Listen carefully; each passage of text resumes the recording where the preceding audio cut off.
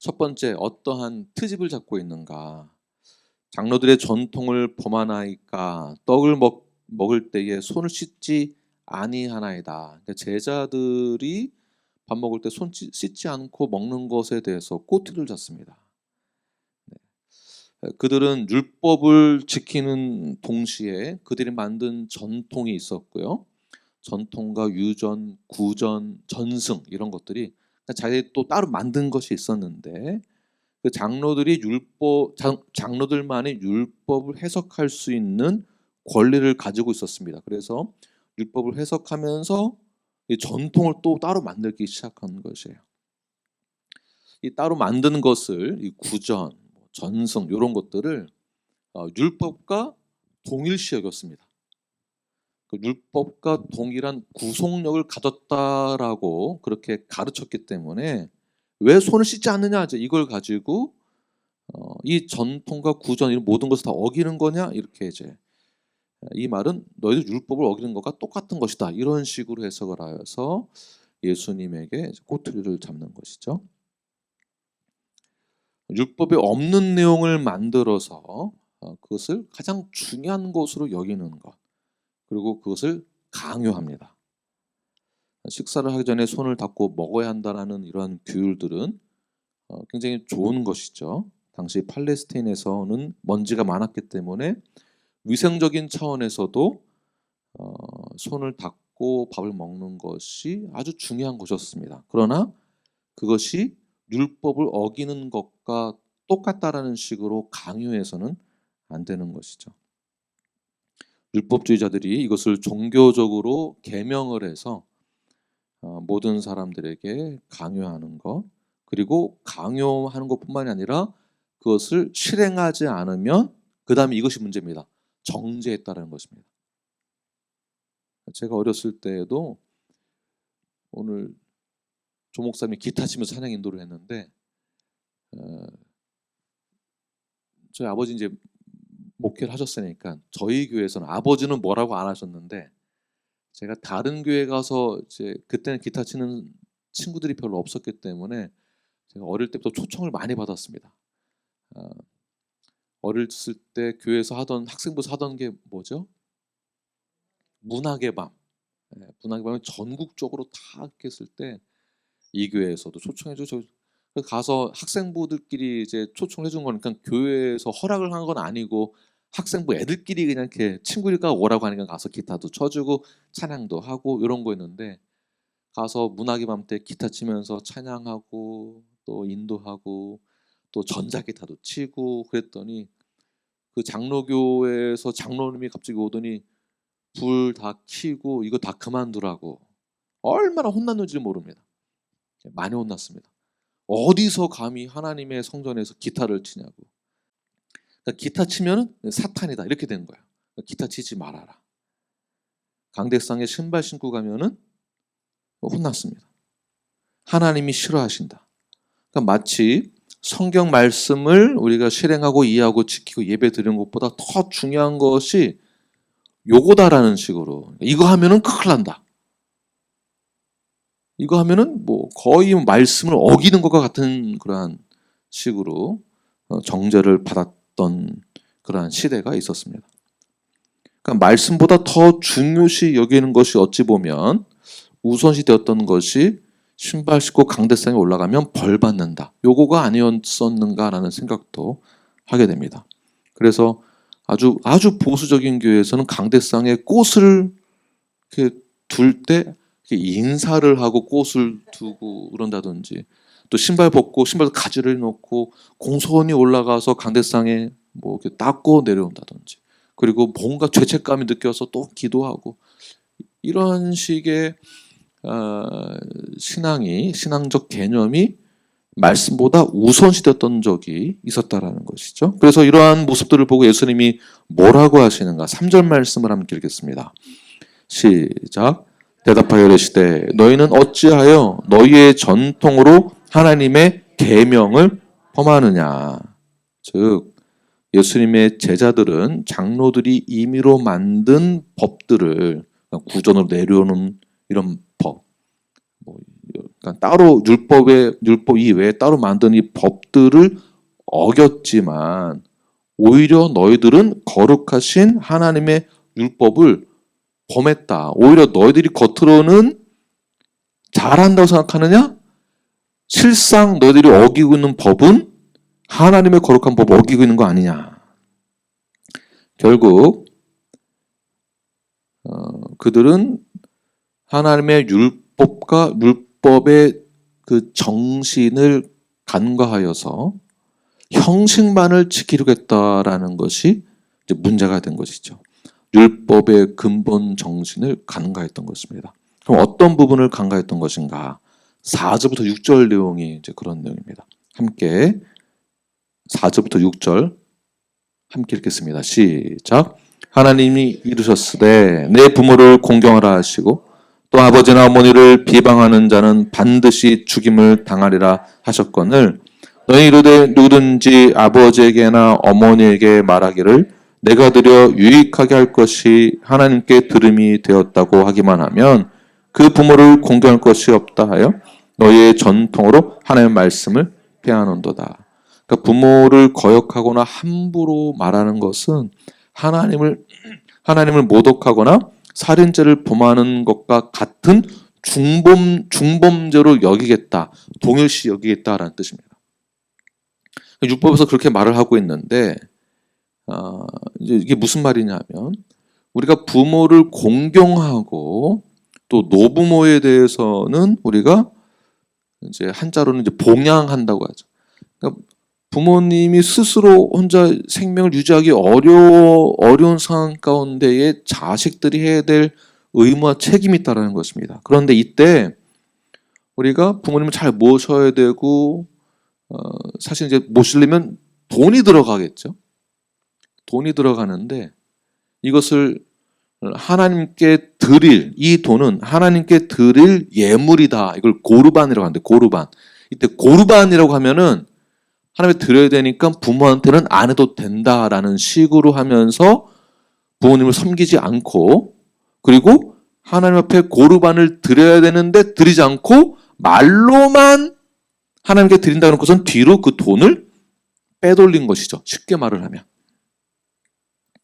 다시 말해서 이러한 나쁜 의도를 가지고 겉으로는 부모를 섬긴다고 하고 하나님을 섬긴다고 하면서 자신들의 탐욕을 키우는, 탐욕을 채우는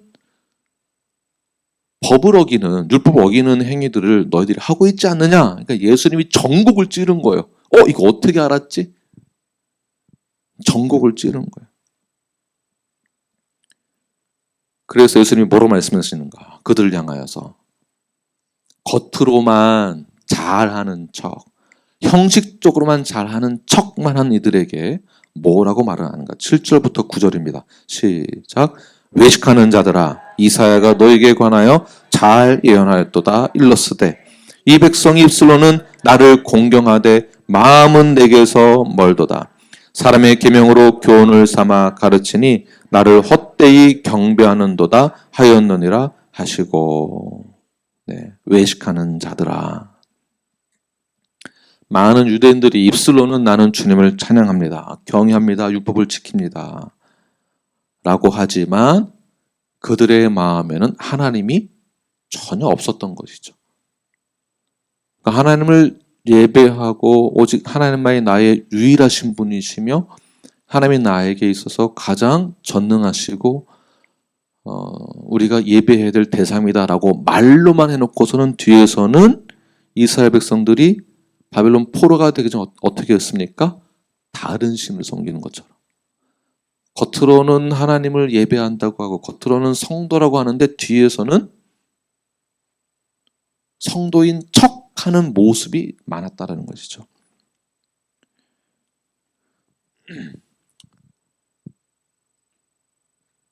우리가 바리새인이나 서기관들처럼 장로들처럼 외식이나 의식에 갇혀서 온전한 하나님과의 관계는 회복하지 못하고 그런 의식 속에 사로잡혀서 종교 행위를 하는 것에 대해서 예수님이 지적하고 있는 것이죠. 바리새인들이나 서기관들이나 장로들에게. 오늘날 우리들에게도 이 말씀이 적용되어집니다. 우리가 신앙생활을 한다라고 하고 예배를 드린다라고 하면서 종교적인 신앙생활을 하고 있지는 않은가, 종교적으로. 제자훈련 받는다고 하고 또 멤버가 되고 성도가 되고 한 몸 이룬다라고 하면서 우리는 실상 내 속마음 어떤가, 또는 나의 삶은 어떠한가. 사실은 우리에게 주시는 말씀입니다. 이것이 저기 저 사람이 아니라 우리에게 주시는 말씀입니다. 자, 이것을 뭐라고 하는가? 하나님, 그러니까 종교 생활을 하면서 하나님과 전혀 상관없는 삶을 살아가는 것을 뭐라고 하는가? 이것을 영적인 소경이다라고 합니다. 블라인드.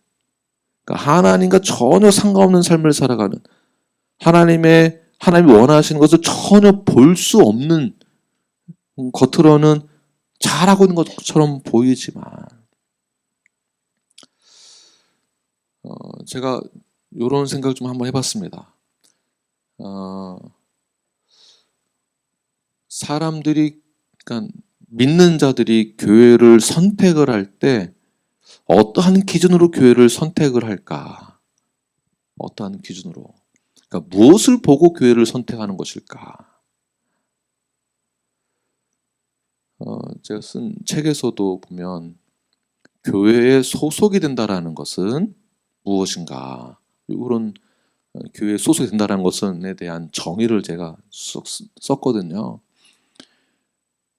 그 책의 내용을 보게 되면 교회에 소속이 된다라는 것은 내가 하나님의 자녀가 되었고 내 신앙 고백 이후 교회에서 내가 얻고자 하는 것을 위해서 소속이 되는 것이 아니라 내가 위로를 받고 내 마음이 평안해지고 나에게 유익이 될 만한 교회를 찾아서 그 교회에서 소속이 되려고 하는 것이 아니라, 내가 교회에 소속이 된다라는 것은 진정으로 내가 주님 앞에 죄사함을 받고 주님이 나에게 구원자가 되심을 확신을 하고 거듭난 자로서 수평적인 관계를 통하여 주님의 신부가 되는, 거룩한 신부가 되는 그 자리에 한 몸이 되길 원하는 건강한 교회에 소속이 되는 것이 온전한 교회에 소속된 믿는 자로서의 모습이 되어야 되는데, 보통 믿는 자들이 교회를 선택을 할 때 그런 기준이 아니라 어떠한 것을 보고 선택을 할까? 이것을 제가 한번 생각해 봤습니다. 뭘 보고 선택하는 걸까? 첫 번째, 목사를 보겠죠.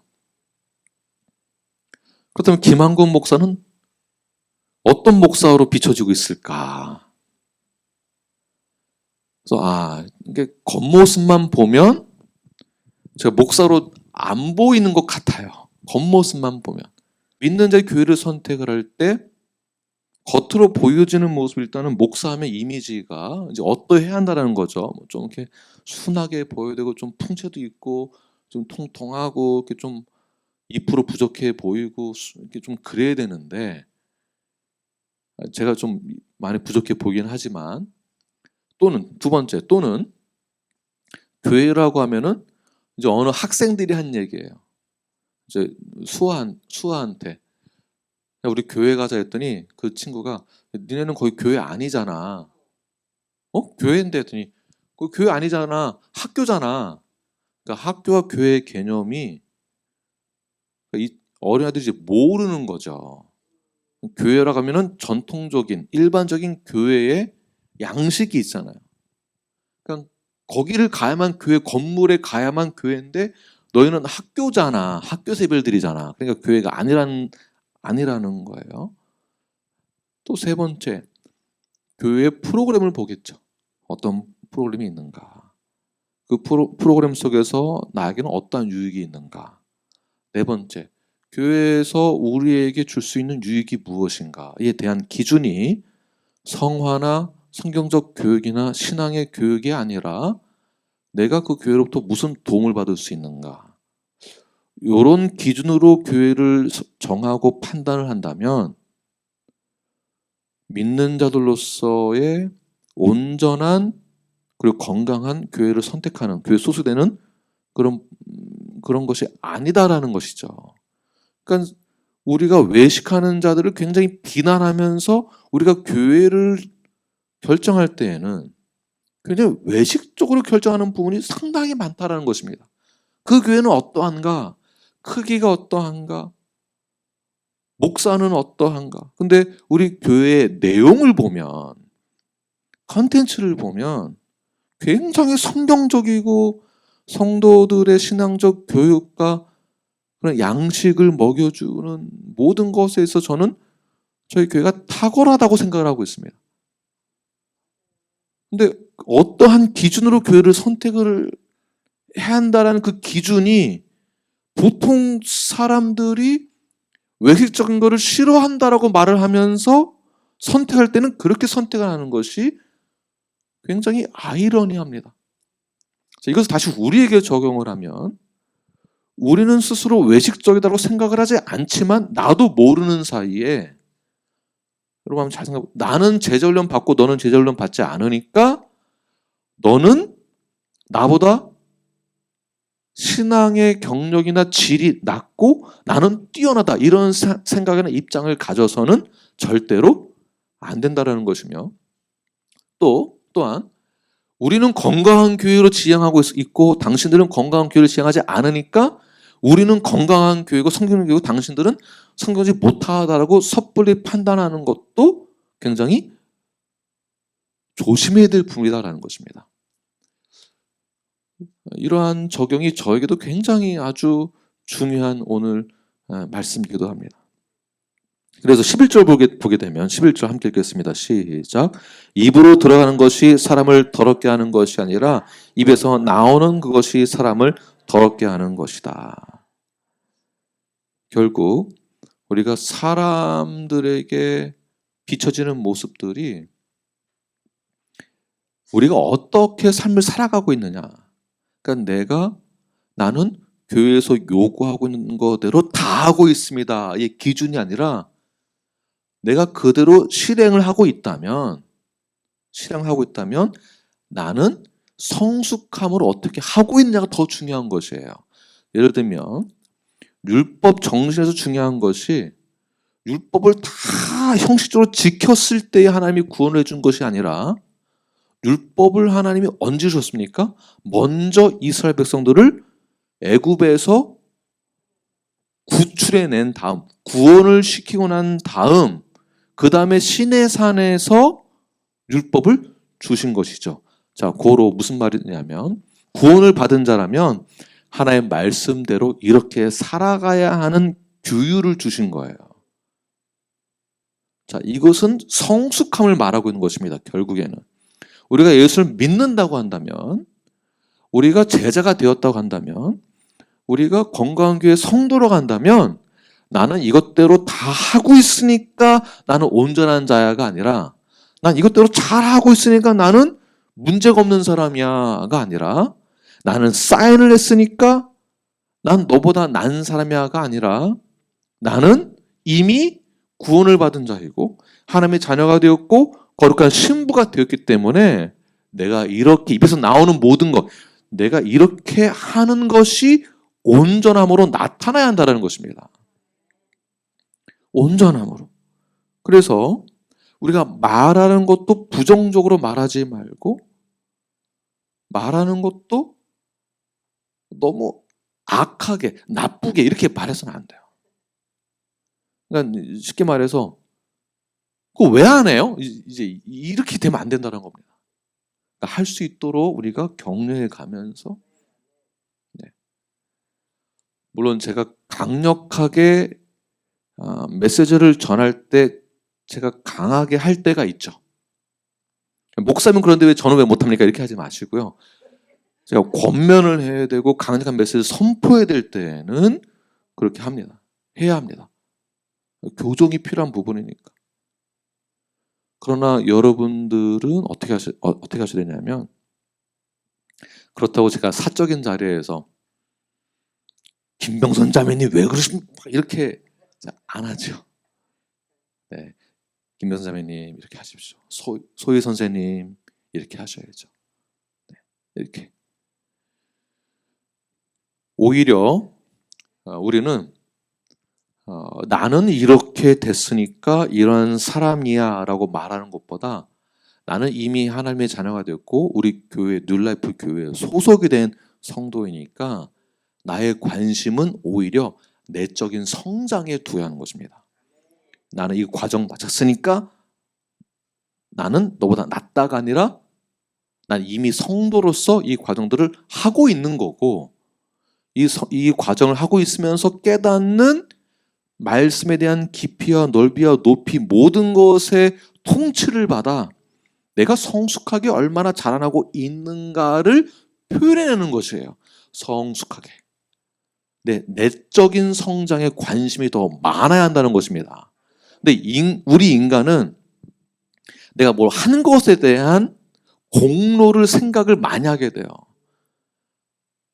그러다 보니까 교회 성도 몇 명입니까? 이런 질문을 받게 되면 더 열심히 해서 교회 성도 수를 늘려야 되겠다. 선교를 하더라도 개척한 교회의 숫자가 더 많아야 되겠다. 숫자로 평가하게 되거든요. 공로로 인정을 해주니까 이 세상에서는. 라이센스 몇 개 있는가, 학력이 어떻게 되는가 이걸로 평가하게 되거든요. 그럼 우리는 어디에 관심 많아야 되겠습니까? 학력도 중요하고 숫자도 중요하고 다 중요하지만 더 중요한 것은 내적 성장이 더 중요하다.